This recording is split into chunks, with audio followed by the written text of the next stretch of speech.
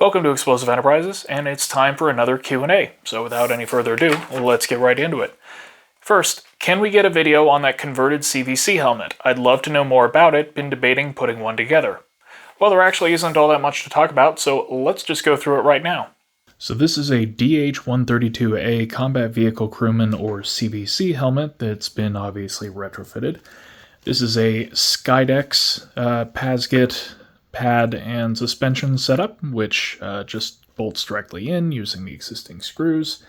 And the pads here are set up to provide clearance for contacts worn underneath.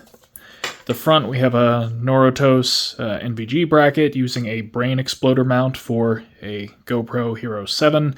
I quite like this brain exploder mount because it has 2 points of articulation, which allows controlling the exact height and angle, which gives it a little more flexibility, makes for some nice point of view footage. And it's powered by an external battery bank. So this is an Anker 10,000 milliamp hour external battery pack that's secured with one wrap to Velcro on the helmet. And there's another pad here, Velcro pad provision for the fan unit for a pair of ESS turbofan goggles. The reason for this is that this is normally attached to the strap, which means having to run the strap on the outside of the helmet in order to provide clearance for the battery pack. But we cut the wire, resoldered, have a connector, so basically this battery pack can be mounted to the outside of the helmet and then run a wire to the inside to connect with the actual fan unit. So strap with the goggles goes underneath the helmet and then the battery bank goes on the outside. Pretty straightforward.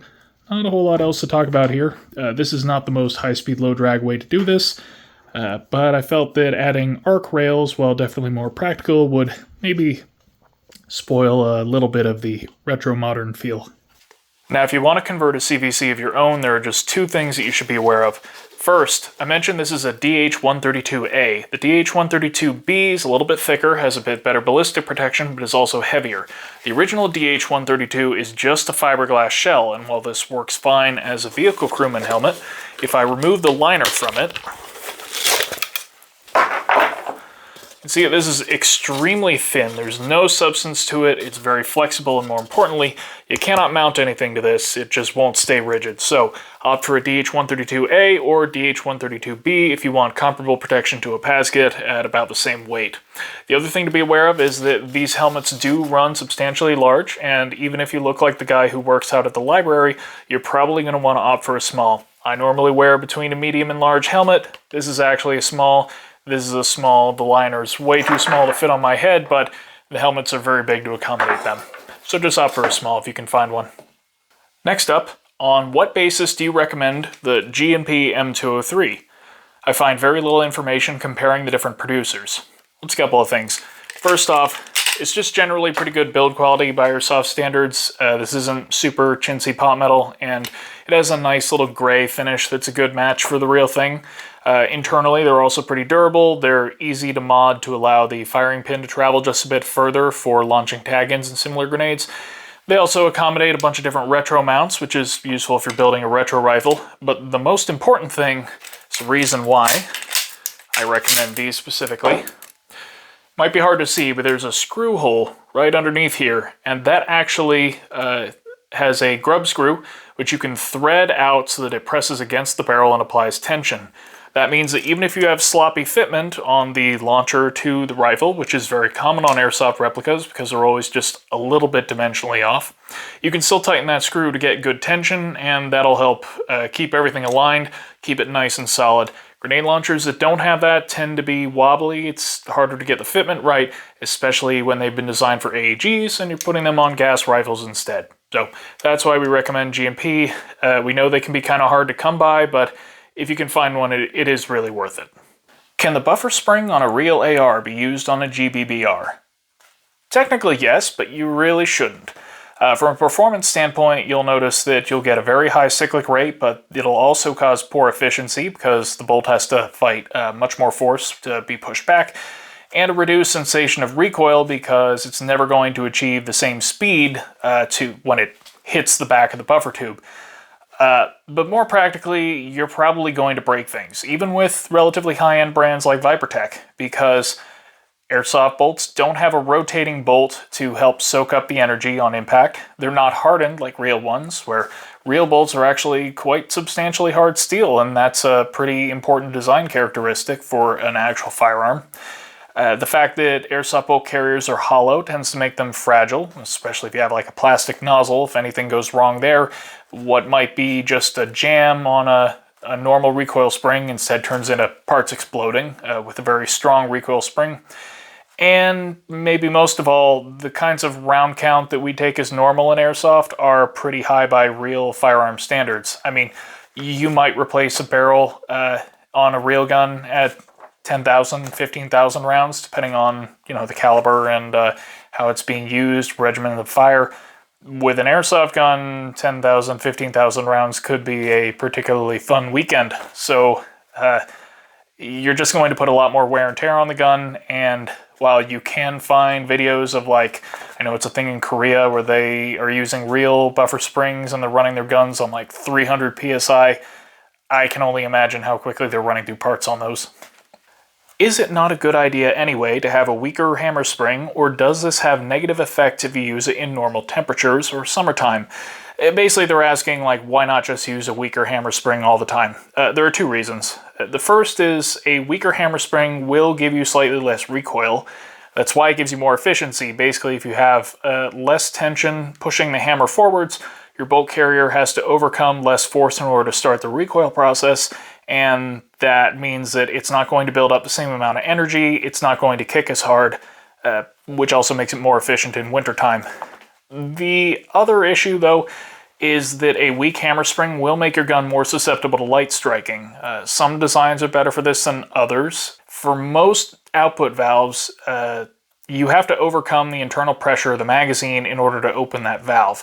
And if it's very hot out and you're using propane or even stronger gas, there's going to be a lot of pressure in the magazine and it might struggle to open that. We actually see this a lot with stock Tokyo Marui guns, where they'll tend to have issues with light striking in the summer. It's pretty common to put in 120% hammer springs on high kappas to overcome this. But if you don't have that problem, and you don't mind the minor loss of recoil, then no, there's really no downside to just using a winter hammer spring all year. And for my Vipertex, yeah, I'm just using a soft hammer spring all the time, and then swapping out the buffer spring depending on summer or winter, and whether I'm going for pure efficiency or a little bit higher cyclic rate. What is your favorite GBBR or any other airsoft gun for looks, fun, functionality, field appeal, etc.? Well, I was going to say that this is a really difficult question because you can't make me just pick my favorite, and then I realized that that would kind of be lying because,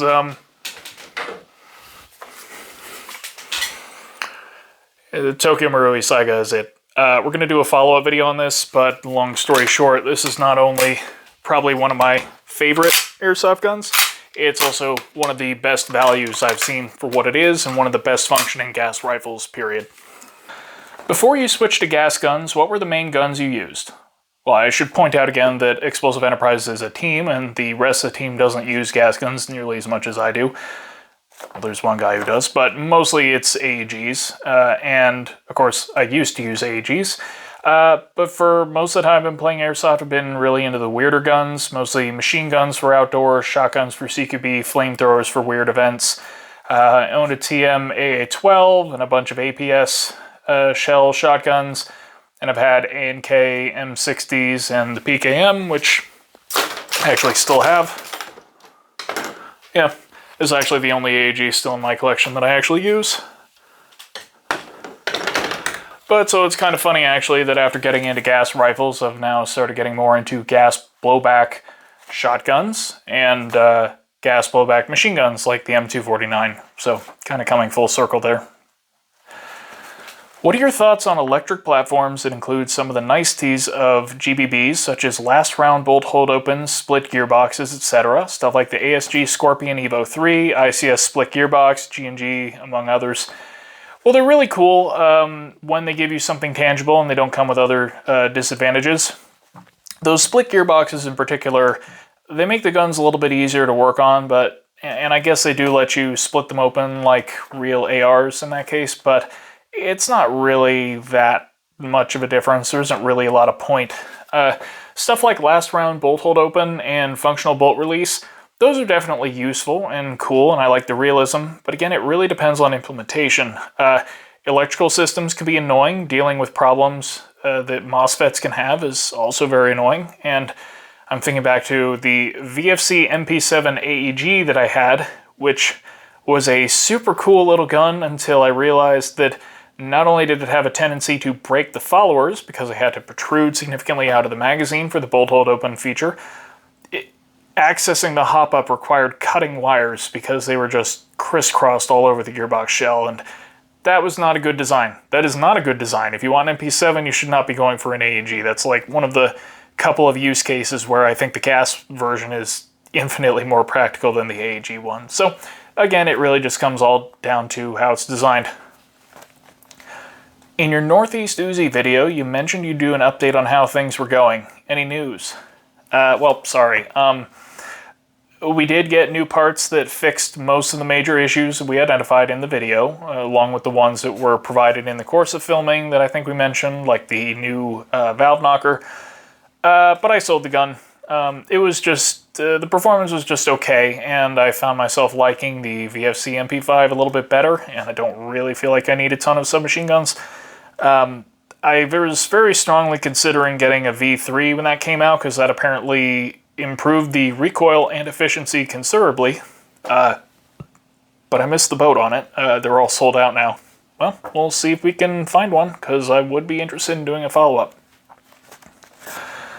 The main idea behind using a Glock magazine pistol caliber carbine in real life is magazine compatibility between Glock pistols and the PCC, but in Airsoft there is only one GBBR that uses actual Glock magazines that fit into Glock pistols, and that's made by King Arms. Any ideas why there aren't other companies doing this?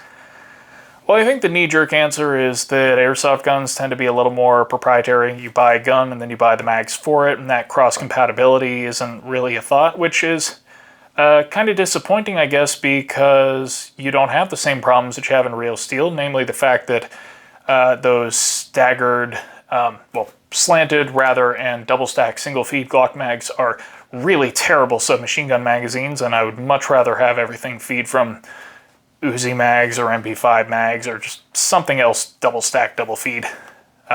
It's not really at Airsoft, but more practically speaking, there are Glock magazine carbines by other companies. Lambda recently made a GHM9.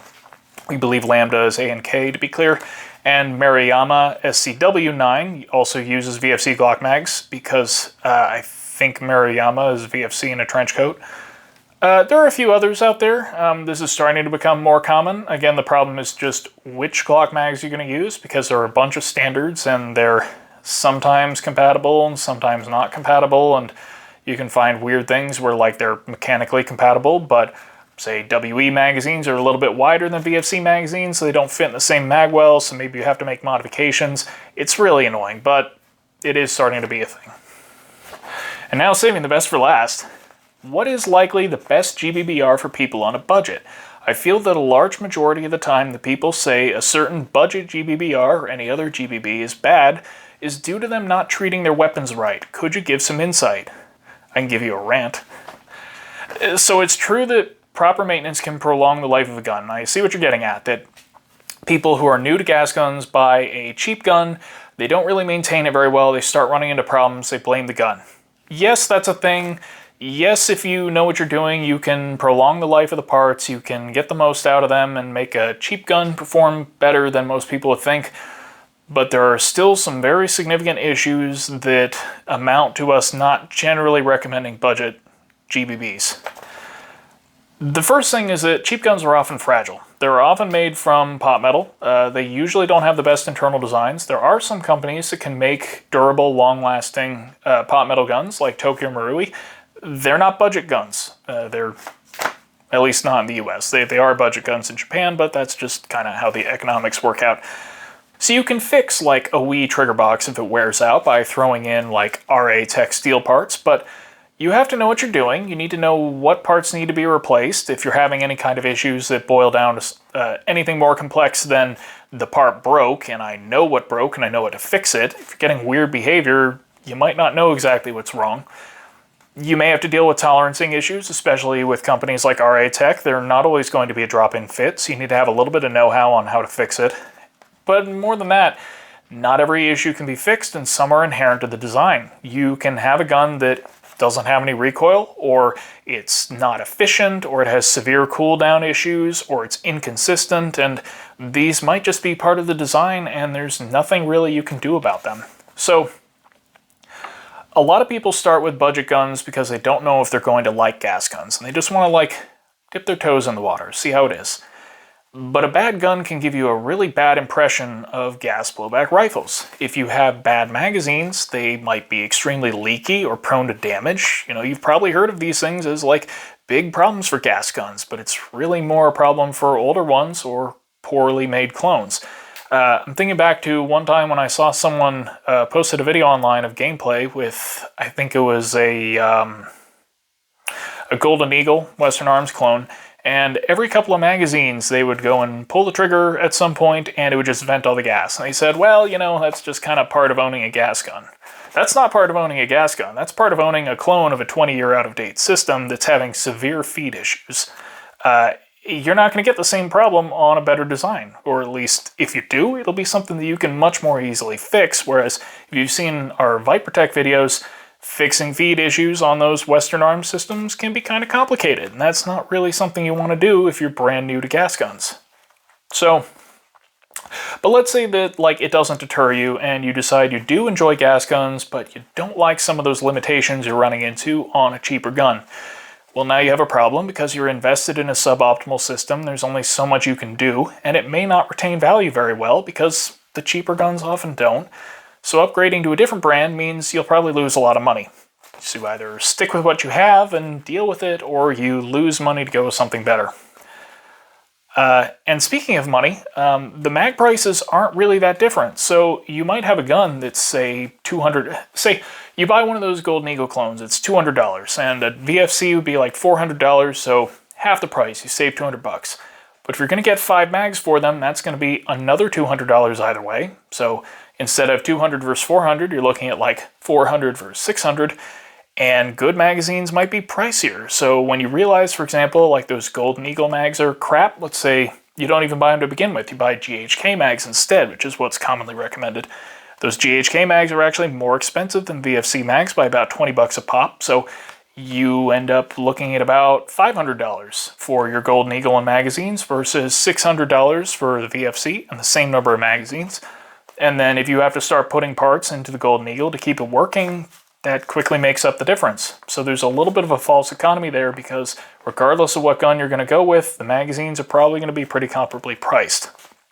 So these are really the reasons why we focus on mid-range brands. Not so much like the high-end, the DNAs and the ViperTechs and the really Gucci expensive stuff. It's the middle end, the middle brands like GHK and Tokyo Marui and VFC where they're just expensive enough that you're getting really good value for your money, but not going into like all the forged externals and CNC steel and all that stuff that can make an expensive gun feel nice but not really perform any different. If you start with something like a VFC or a TM, it's more money up front. But you'll get a better experience with using a gas gun. You're less likely to have problems. If you decide to stick with gas guns, you won't have to replace it because you'll have a very good platform that's pretty much cream of the crop nowadays. And if you just decide the gas guns aren't for you, those are known brands, they have good track records, they'll probably hold up, and they retain value very well. So you can sell, and despite having that higher initial outlay, you might lose less money in the long run. So that's why we generally suggest going for the mid-range brands and not budget. It's not the case that people think that the budget guns are often bad because they just don't know how to take care of them. There are actual, legitimate, real problems, and they're often just not worth dealing with. That said, if you do want something cheaper, and you really have your heart set on trying to save money where you can, and we get that, we suggest taking a look at the VFC Olympic Arms, which gets you the VFC gas M4 system, but at a budget price. You can build it out further into whatever kind of AR you want later down the road, or just use it as is. The KJW KCO2 is also pretty cheap. Those are really liked as DMR platforms, especially with HPA tap. Just be aware that they don't have much recoil to speak of, so if that's kind of what you're going for in a gas platform, that, you know, sensation of, oh, it's like a real gun, you're not going to get that. The VFC MP7, that has a lot of kick. It has a really nice cyclic rate. I really don't like how fragile the magazines are. I hate working on it. It reminds me of working on an AEG, and they will damage themselves over time. Honestly, in my opinion, don't bother with the TM or the KWA MP7s. Are undersized and they're more fragile, which is saying a lot. The WE G36 is cheap. It works well even in very cold weather. It's pretty reliable, dependable, until the trigger box eventually fails, which it will sooner or later, but you'll probably get plenty of use out of it before then. The magazines are fragile. The magazines are big and weird. Being G36 mags, you're going to have to deal with all of that. They also do really need a hop upgrade out of the box. And then the Double Eagle MWS clone seems to be pretty well regarded. Mind you, that is not the Cyma MWS clone, which is a little more proprietary, which is kind of a problem because it's not compatible with TM parts and has some issues. And that is not the Golden Eagle, which, as I mentioned, is the Western Arms clone of what is now a pretty outdated system. And then lastly, another one to consider is the Lambda GHM9, which is a new one on the block, and it's not nearly as nice as the very similar Maruyama SCW9, but it does look like a decent budget option, although we have some concerns about its efficiency and cold weather performance. That one is less of a definite recommendation. We just got it. It seems promising, but so did the Crytek Vector, so we'll just have to work with that a little more and see what we come up with. We're hoping to get more reviews of budget-oriented guns in the near future. It'll just all depend on what we can get and as our schedule allows, because we already have a lot of stuff planned. Well, that's all for today, and thank you for indulging me. If you have any questions about anything that we went over, just let us know in the comments. And as always, if you want to support our channel, consider checking out our merch store, and thank you for watching.